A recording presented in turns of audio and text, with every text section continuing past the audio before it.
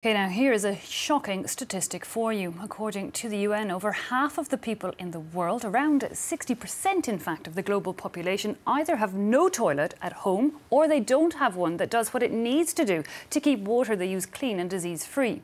In some areas, even hospitals don't offer hygienic services. The result, well, disease and indeed millions of deaths every year. So what can and is being done about it? Well, to give us his perspective, we're joined now live by Bruce Gordon of Hygiene and Sanitation at the WHO. Mr. Gordon, thanks so much for your time. Can I start simply by asking you, just how serious is this problem? I mean, how much disease, how much death are we talking? Well, if we look at the predominant disease that comes from this, it's diarrheal disease. And we're looking at about 830,000 people dying every year because of unsafe sanitation and water, which is actually directly related to sanitation. And then we start looking at things like intestinal worms that affect billions of people. We're looking at vector-borne diseases. And we're looking at things that sort of go beyond typical diseases one thinks of like that, but also dignity. We're thinking about girls being absent from school, all sorts of things like that. So it's a really huge challenge that we're dealing with. Yeah, it sounds like some pretty horrific diseases, not just feeling ill, really quite serious. Where in the world is it worst and why? Yeah.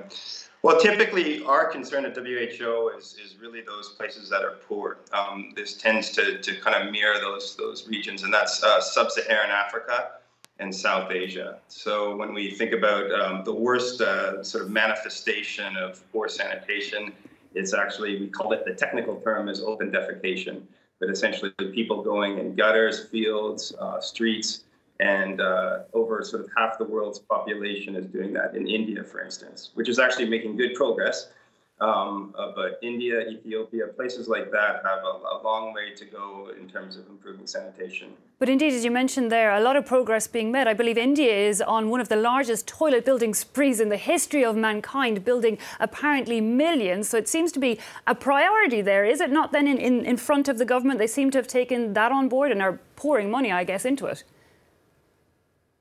I mean, it is. I believe something like 25 billion or more has been poured into this. And I think the government is rightfully proud of the results. It's the biggest sanitation campaign in history. So that's one of the things that we're very much encouraged by. When some of this information and monitoring data does get released, I believe it changes the political sort of appetite to deal with this thing. But India is making great strides, and I believe we're going to see in future reports that we release, these improvements. And one can only imagine that, having a toilet is, something we're all very used to, and definitely I wouldn't want to give up. But is it welcomed everywhere, even in very rural areas? This idea of having a toilet inside their house. From what I've read, apparently not everybody really likes that idea. They prefer being able to walk away from the village, go away and be on their own. Yeah, that's a really good question, and I think it really varies across the world. This is one of these local kind of issues where different perceptions are different. Certainly the case you just mentioned, again, I believe it's, rural India. There's a lot of people that would sort of feel comfortable and cleansed by going out in the morning and, having there's no other way to put it, having a dump, I guess, by the railroad tracks. But imagine if you're a young girl doing that at night. Imagine if you are a woman.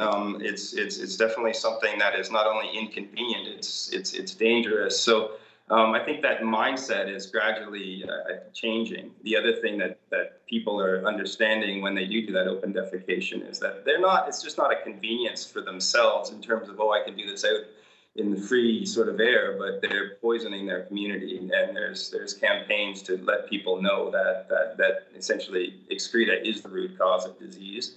And, they are participating in this transmission of disease to everyone they know.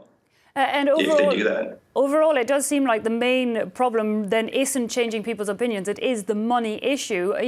How costly, though, is it for countries to try and change their systems? And, what kind of support is on offer?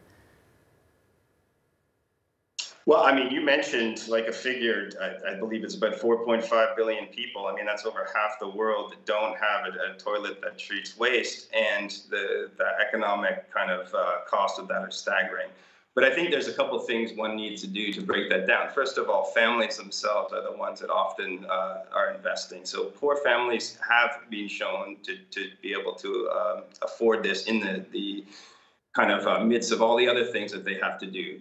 But they need assistance, they need subsidies. Sometimes governments need to step forward and really show that they can kind of support. But at the end of the day, the targeting of money, even if there's limited finances, it needs to go to the right places. So government shouldn't be investing in big centralized sewage systems when most of the population are using simple pit latrines. So sanitation is cost effective. So for example, every dollar that's invested in sanitation, there's a $5 accrual to society because of averted healthcare costs and other such things. So it's a good investment. It's a daunting challenge, but everyone has a role to play, from an individual household to a government allocating resources. Because you mentioned there, no need to put in perhaps massive sanitation systems, but when you think of those environmental toilets that are nearly becoming on trend in certain campsites, those composting toilets, surely that's something we could easily put in place across the world. And that's pretty safe. Well, yeah, no, I mean, it can be safe. It can be safe if it's managed properly. I believe there's a future in these eco-sand toilets, but at the same time, there is quite a limited use of them. If you're honest, I think different solutions for different folks. But at the end of the day, there is a range of technology options. And so if you're living in a rural area and you have a simple pit latrine and you cover that up and you make sure there's no contact with the excreta and the pathogens can die off in the end, that's absolutely fine. But if you're in a dense urban population, you need to be more aware. Solutions whereby that excreta is really sort of taken out either in sewage systems or by systems of manual sort of desludging of trucks and stuff like that, of pits. Okay, Mr. Bruce Gordon, we're going to have to leave it there, but thanks indeed for that. Mr. Bruce Gordon there, Hygiene and Sanitation at the WHO, speaking to us on UN World Toilet Day.